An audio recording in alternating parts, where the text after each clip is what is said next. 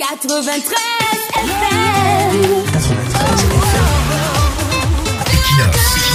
Radio.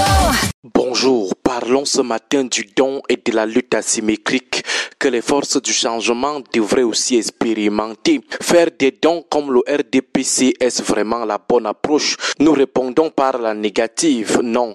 Faire des dons n'est pas du tout la bonne idée. C'est jouer sur un terrain qui est bien maîtrisé par le RDPC. Cette approche qui cherche à maintenir ses propres concitoyens dans un état de nécessité, de réfugiés, de mendiants ou de sinistrés est d'ailleurs politiquement contre-productive. C'est la corruption morale des masses par le bluff et le saupoudrage. Là où les gens attendent l'électricité pour tout le village, toute la commune, on vient offrir 2 groupes électrogènes à 2-3 personnes pour tenter de masquer l'incapacité à mettre sur pied une politique énergétique efficace pour le bien-être de tous.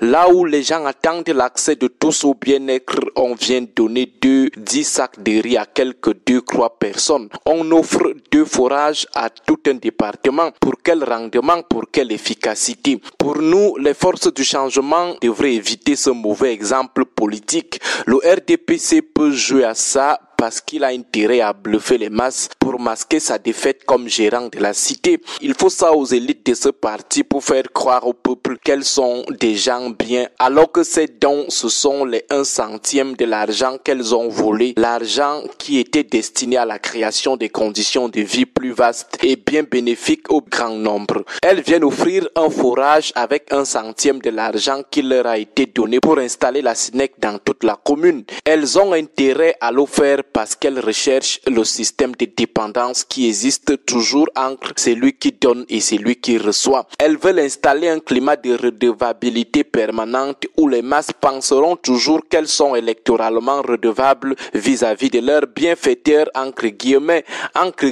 parce que ces élites sont en réalité des malfaiteurs de la République, ce que le peuple ignore malheureusement. Bref, les amis qui veulent le changement et pensent qu'il faut passer par les dons sont sur une mauvaise approche. Il n'est pas question de tenter de créer aussi un système de redevabilité électorale parce que ça ne libère pas le peuple, ça ne facilite pas son autonomie politique. En plus, ses amis n'ont pas vraiment des moyens financiers conséquents pour assurer la maintenance et la couverture nationale de cette technique de corruption morale. En plus que ses amis sachent que sur ce terrain, le terrain des dons à des fins de séduction électorale, le RDPC maîtrise mieux l'affaire parce qu'il regorge un nombre très élevé de potentiels donateurs. Les gars ont le liquide. Ils ont bien amassé pendant 42 ans. L'argent des caisses de l'État est désormais dans leur compte privé, enterré dans des fausses tombes, encastré dans les plafonds de leur maison, blanchi dans des faux business de leurs proches. Sur ce terrain que les amis du changement qui prônent les dons comme forme de séduction et de mobilisation électorale sachent qu'ils sont en train de vouloir battre le RDPC sur ses propres installations, ce qui est impossible. Qu'ils mènent plutôt la guerre des démunis, la guerre asymétrique avec l'argent qu'ils mettent dans les dons, qu'ils l'utilisent intelligemment au lieu de vouloir désespérément conquérir le peuple avec les dons, d'ailleurs très insignifiants devant ceux du RDPC, des dons pas du tout impactants, qu'ils financent plutôt des initiatives qui relèvent des domaines faibles du RDPC, la guerre asymétrique ou l'investissement asymétrique. Par exemple, l'éducation politique populaire des masses, les millions qu'on mobilise pour offrir 2 forages à une commune, si on met cet argent au service de l'éducation, de la sensibilisation politique des masses, de la formation des nouveaux leaders politiques dans les communes, on aura automatiquement une population qui sera engagée, qui choisira désormais des bons maires, qui va suivre assidûment l'argent de la mairie, qui va faire peur au maire et qui poussera le maire à mettre la SNEC dans toute la commune. Et cette population ne va plus attendre 2, 3, 4 maigres forages. D'ailleurs, pour quelques-uns,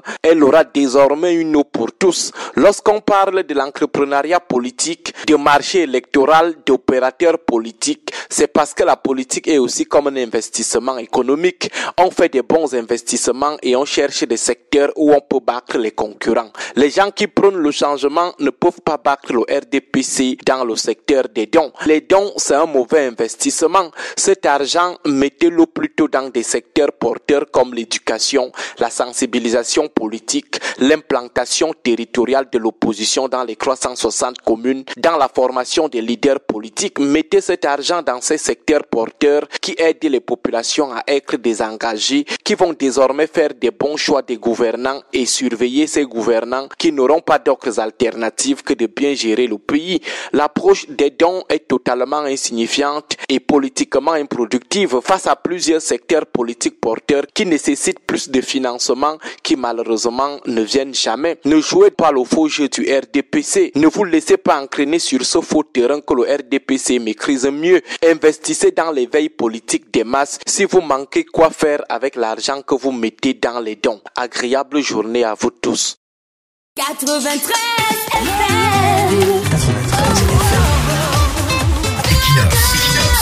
FM.